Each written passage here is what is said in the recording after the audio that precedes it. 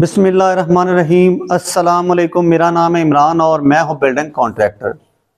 चाहे आपने छत का प्लस्तर करना हो या दीवारों को प्लस्तर करना हो, तो प्लस्तर करने के लिए मसाला कैसे बनाना चाहिए और मसाला बनाने का सही तरीका क्या होता है, तो आज की इस वीडियो में मैं आप दोस्तों को मसाला बनाने का सही तरीका बताऊँगा। तो वीडियो को शुरू करने से पहले मेरी आप दोस्तों से गुजारिश है, वीडियो को लाइक और शेयर कर दें। अगर आप चैनल पर नए हैं तो चैनल को ज़रूर सब्सक्राइब कर लें और साथ ही लगे घंटी के बटन को ज़रूर प्रेस कर लें ताकि आने वाली नई वीडियो का नोटिफिकेशन आप दोस्तों को सबसे पहले मिल सके। तो चलें वीडियो को शुरू करते हैं।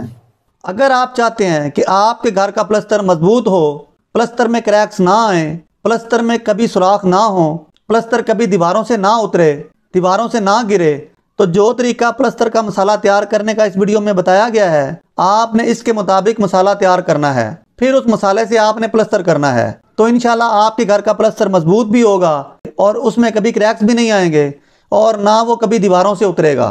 तो पहले मैं आप दोस्तों को बताता चलूँ, चाहे आपने छत को प्लस्तर करना हो, चाहे आपने दीवारों का प्लस्तर करना हो, चाहे आपने पीलरों का प्लस्तर करना हो, चाहे आपने छत के पर्दों का प्लस्तर करना हो, चाहे आपने धारें लगानी हो, आपने किसी भी किस्म का प्लस्तर करना हो, प्लस्तर की सारी मजबूती सीमेंट और रेत के मसाले से होती है। प्लस्तर उतना ज़्यादा मजबूत होगा जितने अच्छे तरीके से आपने प्लस्तर का मसाला बनाया होगा। तो जो तरीका आज की वीडियो में प्लस्तर का मसाला बनाने का बताया गया है, आपने इसके मुताबिक प्लस्तर का मसाला बनाना है। तो पहले आपने सीमेंट के बैग की पैमाइश करनी है। जो तगारी आपके पास मौजूद है उसके साथ आपने सीमेंट के बैग की पैमाइश कर लेनी है। आपको पता चल जाएगा कि एक सीमेंट के बैग में कितनी तगारियां सीमेंट की हैं। तो हमारे पास जो तगारी मौजूद है उसके साथ हमने सीमेंट के बैग की पैमाइश की है, तो उसमें से 2.5 तगारियां सीमेंट की निकली हैं। तो मेरे भाई, हर तगारी का साइज जो होता है वो अलग होता है। तो आपने इस वीडियो को देखकर ही मसाला बनाना शुरू नहीं कर देना कि एक सीमेंट के बैग में 2.5 तगारियां होती हैं। भाई, कोई तगारी छोटे साइज की होती है, कोई तगारी बड़े साइज की होती है। हो सकता है जिस तगारी के साथ आप मसाला बनाएं वो बड़े साइज की हो, तो इसलिए आपके पास जो तगारी मौजूद हो उस तगारी के साथ आपने सीमेंट के बैग की पहले पैमाइश करनी है। जितना उसमें सीमेंट निकले फिर उस हिसाब से आपने उसमें रेत शामिल करनी है। तो हमारे पास जो तगारी है उसके मुताबिक सीमेंट के एक बैग में 2.5 तगारियां सीमेंट की हैं।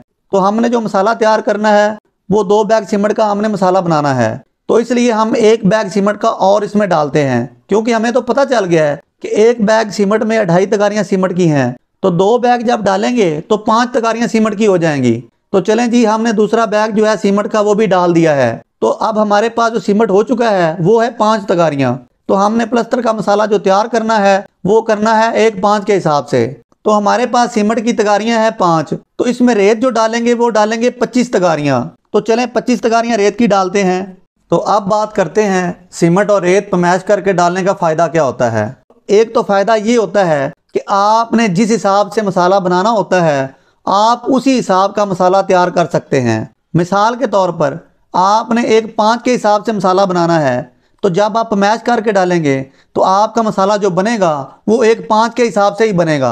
और अगर आप पैमाइश नहीं करेंगे, अंदाजे के साथ रेत डालेंगे, अंदाजे के साथ सीमेंट डालेंगे, तो हो सकता है वो मसाला जो है वो 1:6 के हिसाब से बन जाए या 1:4 के हिसाब से बन जाए। तो इसलिए पैमाइश करना बहुत ज़रूरी होता है।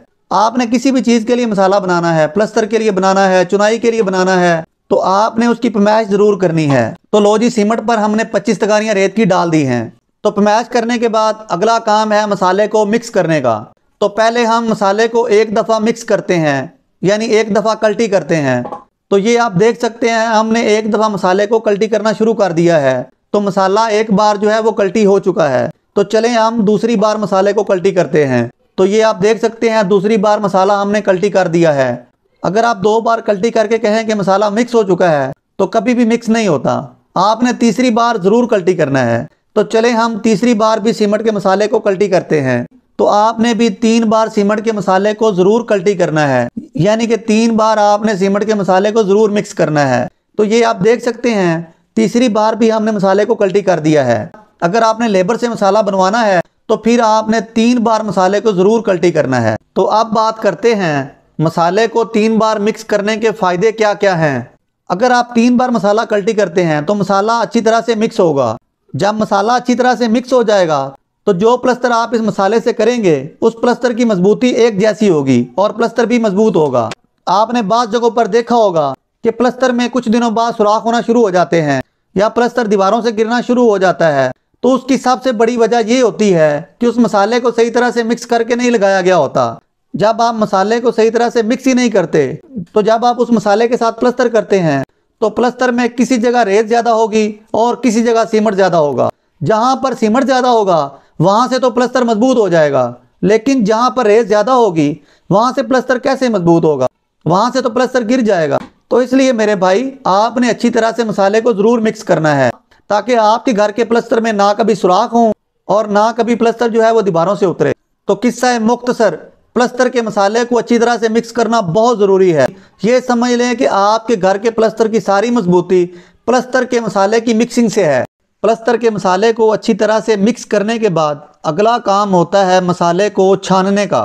ख़ास तौर पर जब आपने प्लस्तर का मसाला बनाना हो तो आपने मसाले को ज़रूर छानना है। कुछ मेरे भाई ऐसा करते हैं, सिर्फ मसाले को मिक्स करते हैं और बग़ैर छाने इसी तरह से मसाले से प्लस्तर शुरू कर देते हैं।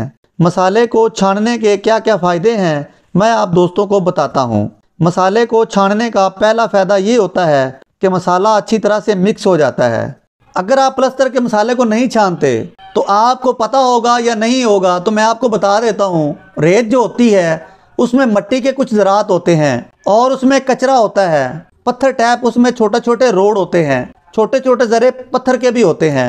यानी रेत में मिट्टी भी होती है, कचरा भी होता है और पत्थर के ज़रे भी होते हैं। तो इसलिए अगर आप मसाले को नहीं छानते और उसी तरह से दीवार को प्लस्तर करते हैं, तो जहाँ पर मिट्टी होती है, जब आप उस प्लस्तर को पानी लगाते हैं तो मिट्टी के ज़रे जो होते हैं वो प्लस्तर से बाहर निकल आते हैं, तो प्लस्तर में सुराख होना शुरू हो जाते हैं। और जहाँ पर कचरा आता है वहाँ से प्लस्तर भी कमज़ोर हो जाता है। तो इसलिए मेरे भाई, आपने प्लस्तर करने से पहले मसाले को ज़रूर छान लेना है।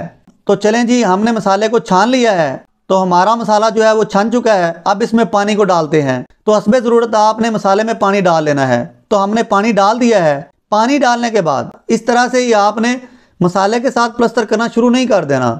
फिर आपने दोबारा मसाले को कल्टी करना है ताकि सारा मसाला एक जैसा हो जाए।